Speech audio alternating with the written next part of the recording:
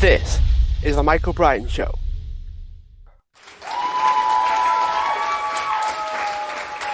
Hi everyone, welcome back to the show. And today I'm joined with Kristin Rankin, who started the Dresscode Project, which is a global initiative with the objective of creating gender-affirming salons and barbershops. So, Kristin, thanks for being a guest on the show.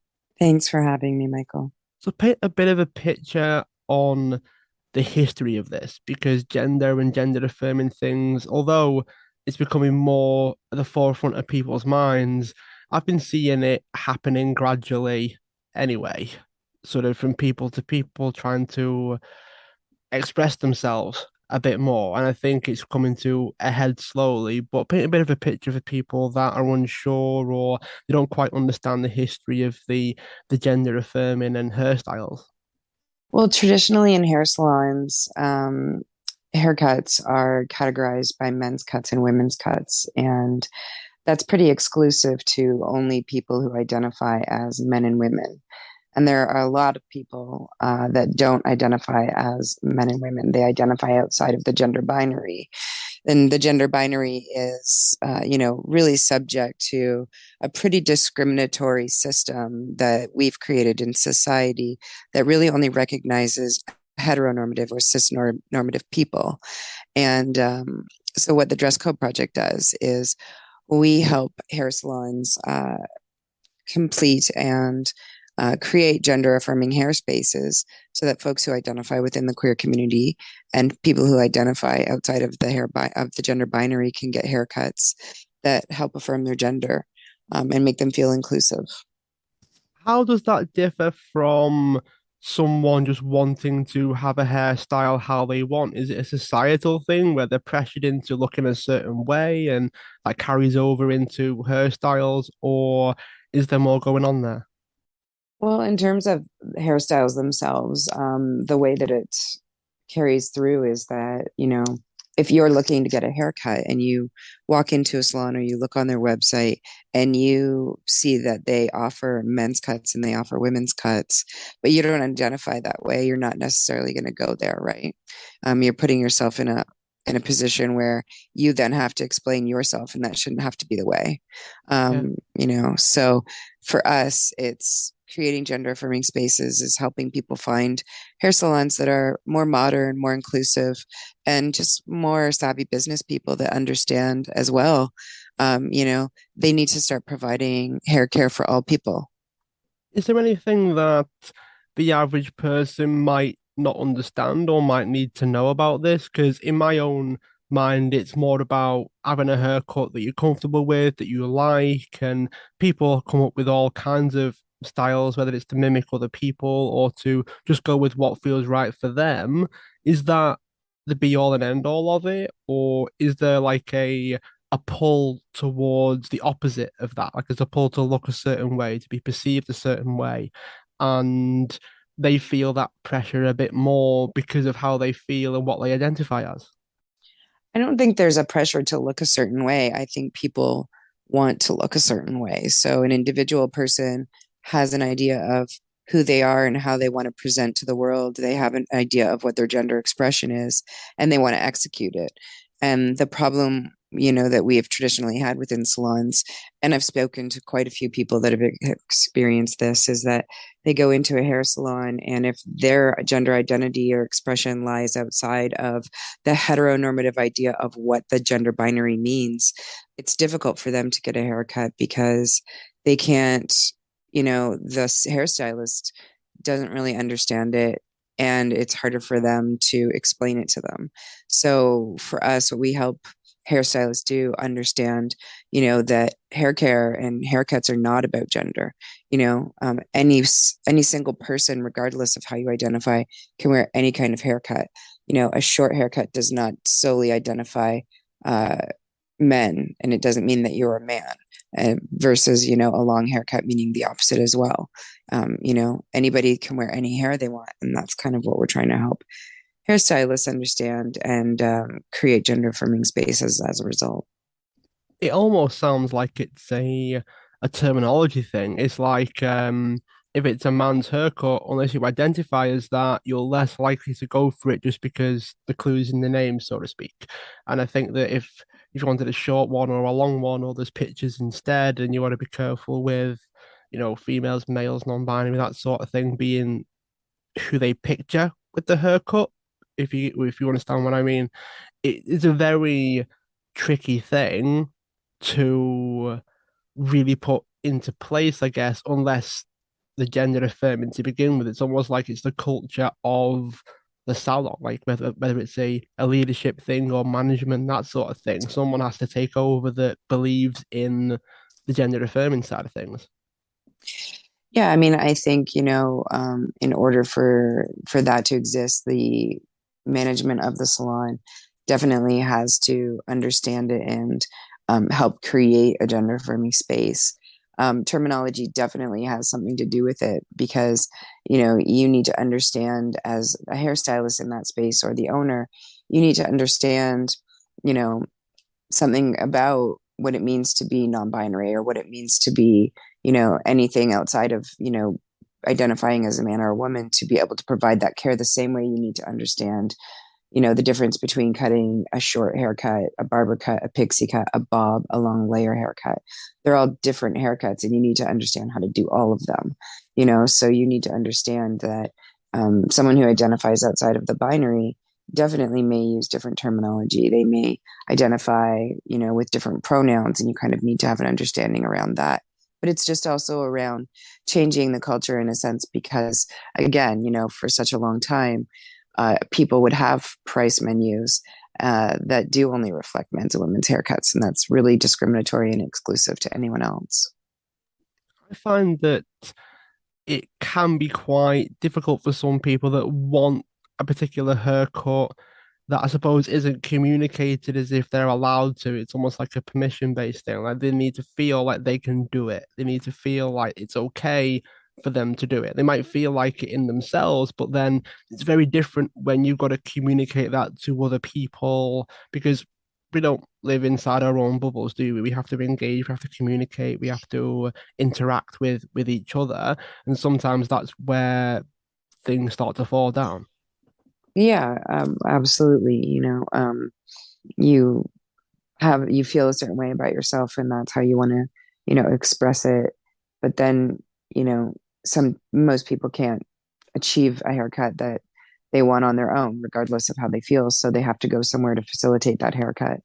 And so, to your point, having to go there and then explain to that person, I may currently look a certain way, but this is how I identify, and this is the haircut that I want, and a lot of people have, something called gender dysphoria, which is that if they look a certain way and someone misgenders them, even if it's accidentally, it can create dysphoria and it can be uncomfortable. So we try to take, those elements out of the equation as much as we can by providing education and training to the hair salons so that it's as safe as it can be for folks. And, we never say that it's completely safe. We always call them safer space salons.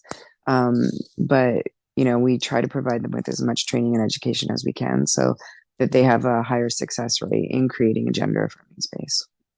For the people that are, I suppose, curious, are you able to paint a bit of a picture for what it's like for these people when it's all pictured a certain way, it's communicated a certain way, it's marketed a certain way, and yet they themselves feel like they want to be able to get that haircut? Are you able to paint that picture for people?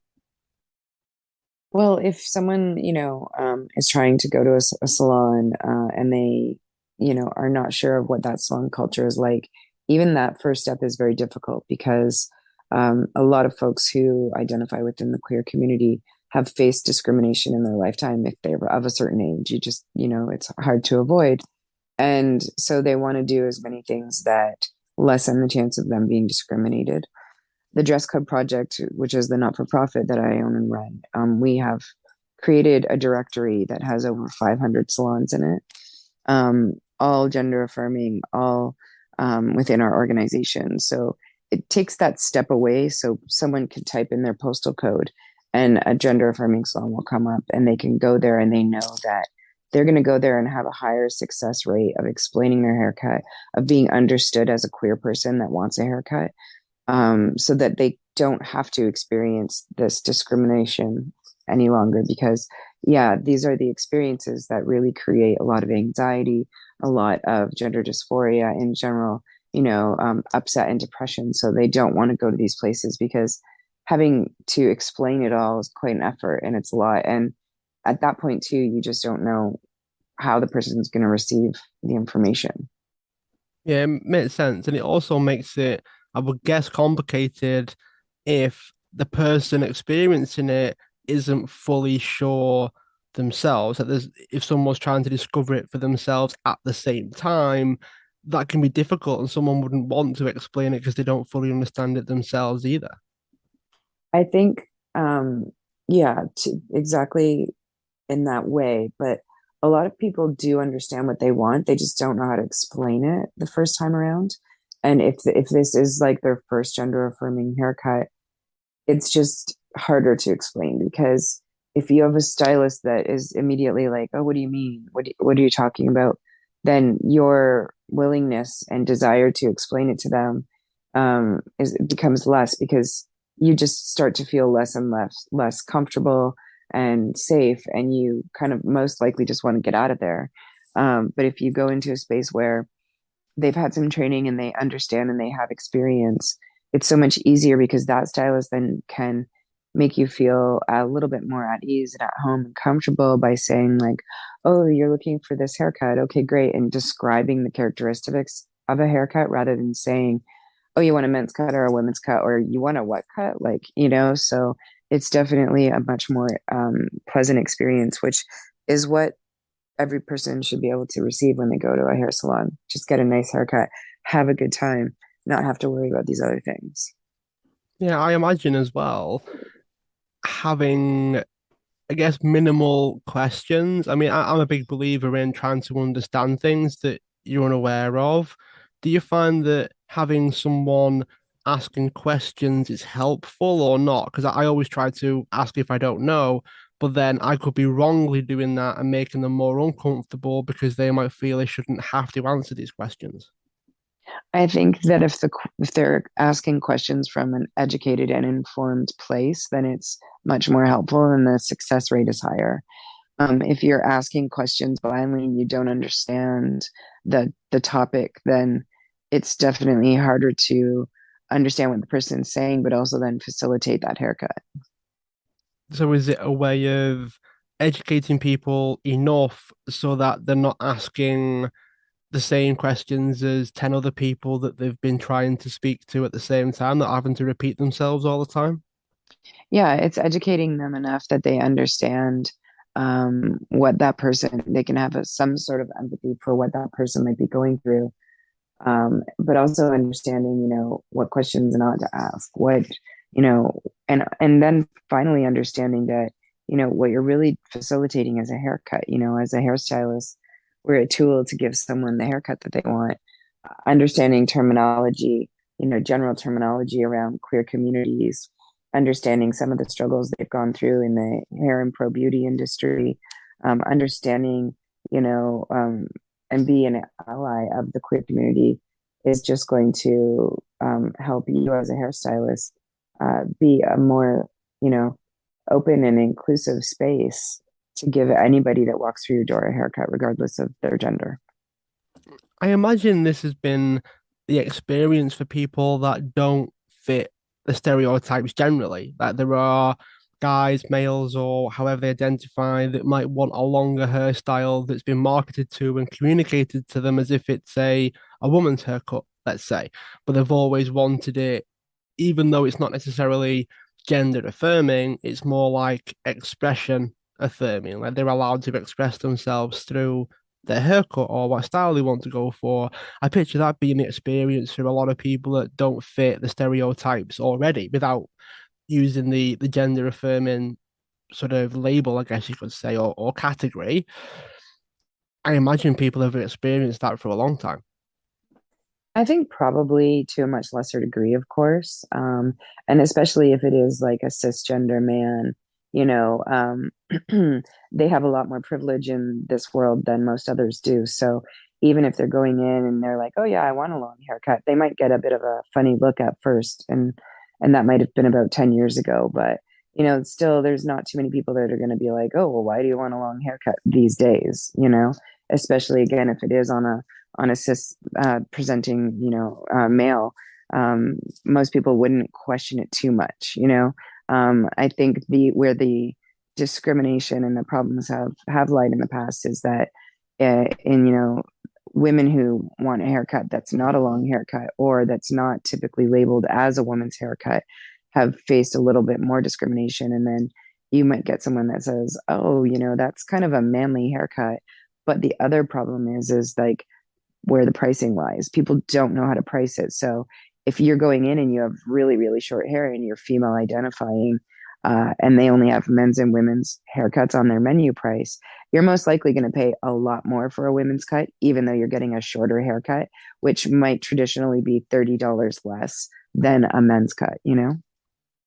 Ah, so it's like they actually price things based on the gender as well. Am I right in saying that? Exactly. And then those people who do identify as female are having to choose the female haircut. And that might be $90 versus a $45 short haircut, which has been categorized as a men's haircut. So even though you walk through the doors and you identify as female and you're cis female, you have to pay a $90 price for a short haircut. But if a man walked through that door, he would pay the $45 price. Would it be better to have just standardized pricing for the haircut that you want, and then no matter what you identify as you're going in for this haircut, that's the standardized price no matter who walks in? Yes, and that's what we provide. My salon's been pricing things that way for years, and we teach people that I'm not sure if you've looked on our Instagram account or anything, our website or anything like that, but we do teach people how to provide gender affirming hair care and hair pricing. We help people change their pricing menus so they reflect the hair and not gender. So a lot of salons will price according to length, a short cut, a long cut, a medium cut, and then a lot of salons will price according to time, 45 minutes, 60 minutes, or 90 minutes. Talk us through a little bit about when you approach a salon or they approach you. Are there any go-tos, short-term steps that you encourage people to take? Let's say someone comes to you and says, I just want to move the needle towards being more expression promoting or gender affirming. Are there any go-to things that you do in the short term that people might be able to take with them today? We talk a lot. We do give and provide a lot of information on our Instagram account about how to use pronouns, how to just make your spaces a little bit more welcoming, put a rainbow sticker on your front window. Again, have a price menu that is reflected on the length of the hair, not gender or timing. Those are like really quick things that are easy to change, that can make someone feel way more inclusive. Also, a lot of folks find businesses in general they want to use on the internet now. So, putting on your Instagram accounts, on your hair Instagram accounts, your pronouns, which Instagram now provides for you to do. If you have a salon and you have a website, show that you're an ally to the queer community in some way. Again, have on your stylist bios pronouns, on your price menu, have it according to length and, or time, not gender. All of these things are going to show people that you as a business owner understand and you are caught up to being a current and open-minded business. Now, I hear you've been on quite the hair journey yourself. Maybe you've changed it a lot of times, maybe it's color, whatever the case may be. Are you able to talk us through your own hair journey? Sure. I mean, I think, my hair journey is directly related to, my own gender journey and expression. I, identify as non-binary. I use they, them pronouns. And I don't necessarily subscribe to either gender. I feel very fluid. I do feel rather androgynous in one way or the other. And my hair definitely, I would say, reflects that. I think that my hair is a cross between the expression of how I feel with my gender and then also being, more current haircuts that I feel comfortable in. What kind of things did you start off with before you decided on the hair that you have now? Did you go through any particular phases at all? When I was younger, I had longer hair. I played sports and just tied it back all the time and didn't really think about it too much. And then when I started to think about how I wanted my hair, I definitely played around with different lengths and colors, but most likely for the last 20, 25 years, it's been on the shorter side. I've done everything from shaving it right off to having short sides and longer hair on the top to just having a completely short haircut. Uh, and right now it's currently a little more length on it. It's probably what you some might call a baby mullet at the moment. I wonder if you can help some people understand this kind of situation. And this is coming from someone that doesn't fully understand the gender side of things too much, because I find that everyone seems to have their own definitions and things. You're arguing over terminology quite often, especially in the cesspit that is the online world. Hmm. What's the difference between someone that identifies as a female just wanting short hair, let's say, versus someone in your situation where it's linked to your identity? Is there a difference between them? Is it like a deeper feeling? Try to dig a little bit deeper with the answer, because I think if people can understand things from your perspective and in your shoes, maybe they can be a bit more empathetic if they meet you in person or somebody else. Well, I think it's really personal. I think some people that don't even have a gender journey, or at least that they're aware of, hair is personal because it's about your personal identity and your physical appearance. And I think that we live in a world where that's important, regardless of whether you're straight or queer or however it is that you identify. And I think that that is attached to a lot of feelings around us as human beings, because how we identify to the world, again, regardless of your gender, um, it does matter and it is rather personal and it can impact you if it's not received in the way that you want it to be.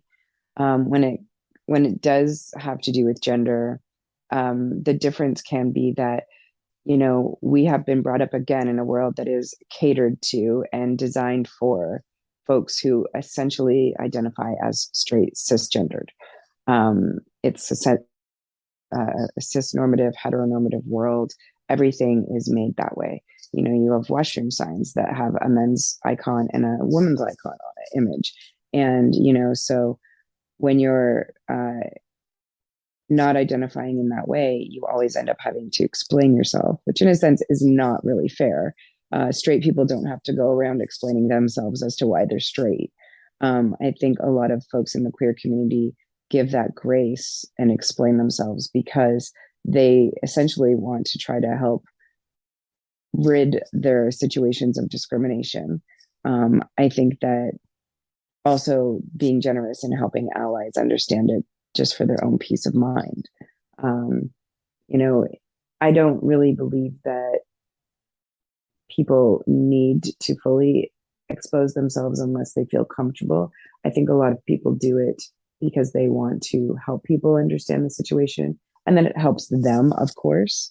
But I think there's also a duty to allyship where people who want to be allies should also look into it and research it and find out what it is they can do to help their queer friends feel better in this world and more comfortable the way they feel, because everyone should feel that way.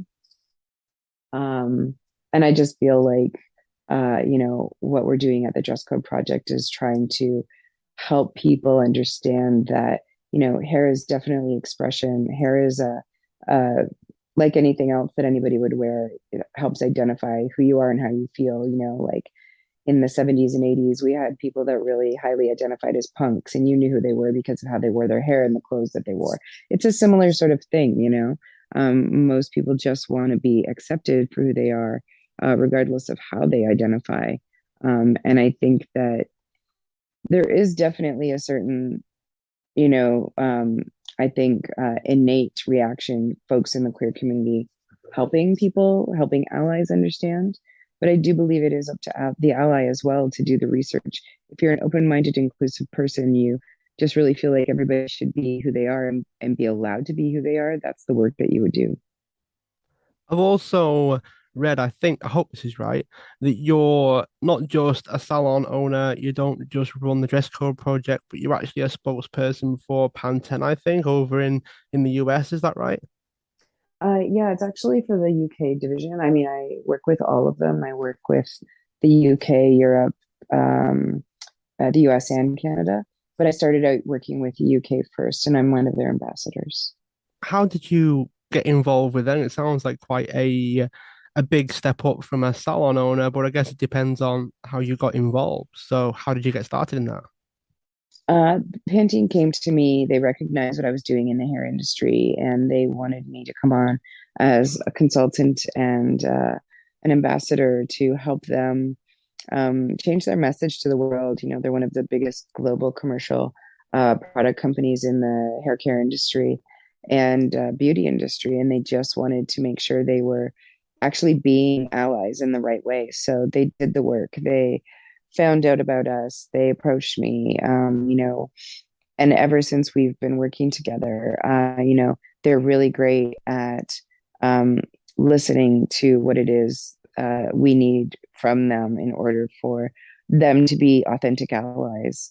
And they've done the work and they've done the research. And since we've been working together, they've changed their message, which used to be that their mission was to create great hair for women. And now their mission is to create great hair for everyone. And we were also responsible with them, in sharing a campaign that launched in 2019, and we created the very first hair commercial that featured only transgender women talking about their hair. What was it like to step into that? I mean, there might be a company culture, there might be a brand, there might be people that are trying to hold on to the way things used to be, in air quotes. How do you go about changing a culture of a company and a brand as big as Pantene?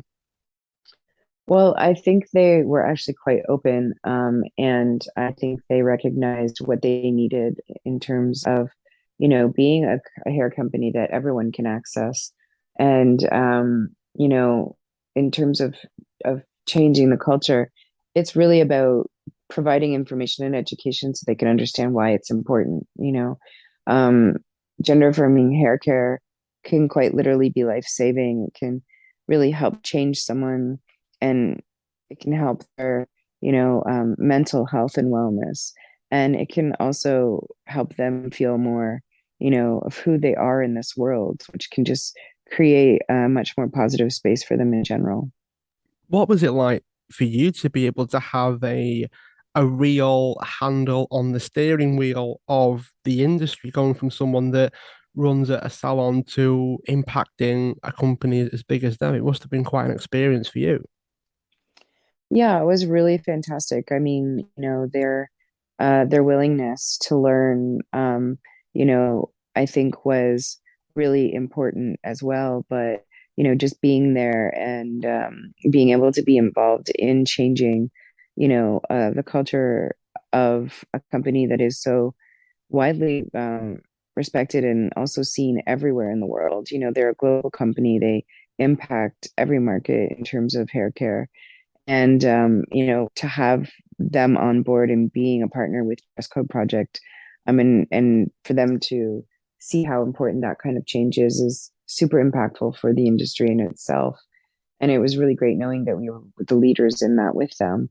And again, creating the very first commercial that we did under the Hair Has No Gender campaign with Pantene. It's historic. It was the first commercial ever made like that in the commercialized beauty industry. What would you think about if someone was to say, where is this going to go? What's the future of the beauty industry going to be? And I actually quite like the whole non-gender specific side of hair care because I've got friends that don't necessarily conform hair wise. Like you look at them and you think, okay, they're a guy with long hair or they're a female with short hair, whatever the case is, they don't conform to the previous kind of stereotype of what hair should be. And it makes me think maybe we need more of it to give people a freedom to choose that if they choose to. Is there a future for this? Do you see it progressing? Do you see it maybe stagnating? Being someone that's impacted things in a positive way, do you see it continuing that way? I do. I think that this, if you want to call it a movement or whatever it is only getting stronger, and people are becoming more curious about it and inquiring. I mean, like I said, we have over 500 salons within our community. They're everywhere. We have Dresscode Project salons everywhere in North America. We have them in Europe. We have them in Australia. So um, hair care is changing quite a bit, and the pro beauty industry is changing quite a bit. And there's a lot around it that they're recognizing that needs to change, around things like this, gender affirming hair care, opening up your menu so that it is not just about, a men's and women's cut. It's about a haircut for anyone and for anyone who wants to wear it. In, the same breath, the hair industry is also becoming way more informed and better at providing hair care for curly haired people, because that was not a thing before that we were very good at. So that's also on its own movement right now, becoming huge. This is happening really quickly and really rapidly in North America. And we did for Pride this past year. One of the side hustles that we do at the Dresscode Project is called the Gender Free Haircut Club, where, before the pandemic, we were providing free hair care for folks who identify within the queer community so they could get a gender affirming haircut that might help someone that's a little more marginalized who couldn't afford to come into a salon. We were doing that really regularly in different Dresscode Project salons, and the pandemic hit and we had to stop. But this year for Pride, we decided to do it again, but we really wanted to make it impactful. So we had 50 salons around North America um, participate on June 12th to do a gender free haircut club day. And it was a huge success. Every salon was really busy. So, that only leads me to believe that this is just gaining, forward momentum, and it's really starting, I think now more than ever, it's just starting to become more of the norm. I think that's something that will continue, as you said, as well. And I also think it's needed. I think it's been on the edge for a while, given how strongly people want to express themselves. And I think it's actually took something as dramatic or intense as the sort of multiple gender situation we have at the moment, where people are linking it to how they identify, let's say, for people to realize it is actually a big problem. It's like before when males just wanted to have long hair or females wanted to have short hair. I know it's a stupid example, but that didn't seem like it was a big enough problem because it was simply that kind of thing. Where now it's become a bigger problem for people. They've got no choice but to address it and improve themselves because of it. It's like they've seen how big of a problem it is finally, and have decided to take steps, which makes me think, okay, Pantene can do it, commercials can do it, the industry can do it, but how about the average person, the everyday person, people that you would pass on the street that might not look at you twice, but will likely want to try to be as inclusive as possible and not say things that they don't mean or don't offend people in the way that they might not even be aware that they're doing. Is there anything that the average person can do? Anything that the average Joe and Josette, so to speak, can do to actually do this themselves and be more affirming in their own little world as well?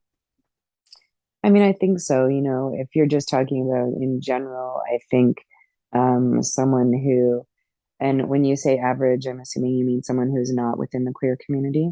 Yeah. Um, so I think, someone who's not within the queer community or doesn't identify within the queer community and wants to be a more inclusive person.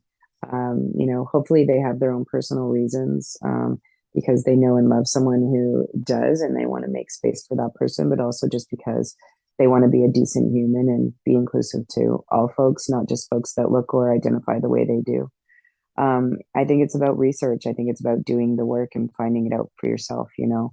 I have put myself out there to educate and inform people. So I find that I do find myself in a position of being that, an educator. So I'm happy to answer questions for people. I'm happy to talk to people about these things so they have a better understanding about it.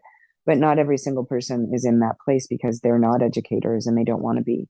And so I think there is a certain responsibility that someone has to just be like, well, how can I find more information out about this? And it just really becomes about using, a Google search or something like that. And, have basic understandings of, what someone who identifies outside of the gender binary might be or might go through, or, just how to use terminology and that kind of thing. Really it's about that, as someone who identifies in the queer community. I am also a white person. So I have innate privilege as a white person to walk through this world and experience less discrimination than someone who maybe does not have, like, a non-white person. It's my job as a white person to understand that discrimination and to actually also try to, not uphold it and to change it and to be an activist against racial discrimination. It's certainly not up to any of my friends, especially friends who are people of color or Black, to educate me on that. That is my responsibility to make space for them. It's a similar sort of thing. Well, I appreciate you taking the time to come on the show to shine a light on it for people that maybe need some help, maybe need to know that this is a big thing now. It's not just something that someone mentions somewhere and it goes away. It's not going away. Yeah. And hopefully, the conversation today has been their starting point. People listening, this is your starting point to at least do a bit of extra work to help other people that are struggling with this and are trying to navigate life with this information as well. Sometimes it can be difficult to really communicate effectively and question your assumptions and biases and all those things. But Kristin, it's been great. If people wanted to find out more about you, the Dresscode Project, all the other things that you're up to, where can people find out more? Yeah, thanks, Michael. So we're at the Dresscode Project on Instagram. We also have a website. It's dresscodeproject.com.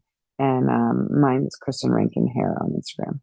Thanks so much for being a guest on the show. Those that are listening, feel free to subscribe, share the show, tell others, and also leave a review wherever you are listening into your podcasts. Kristin, thanks so much for being a guest on the show. Thank you, Michael. I appreciate you. If you want to join a group of like-minded people that are all out to achieve their goals, their dreams, their aspirations, and they get the help and support from me and the other members, then my inner circle is for you. There's a link in the description for this episode to get 2 months free of the inner circle. So you set your membership up, you get 2 months free access. Hopefully I'll see you there, and I look forward to helping you on your journey of achieving the life that you want.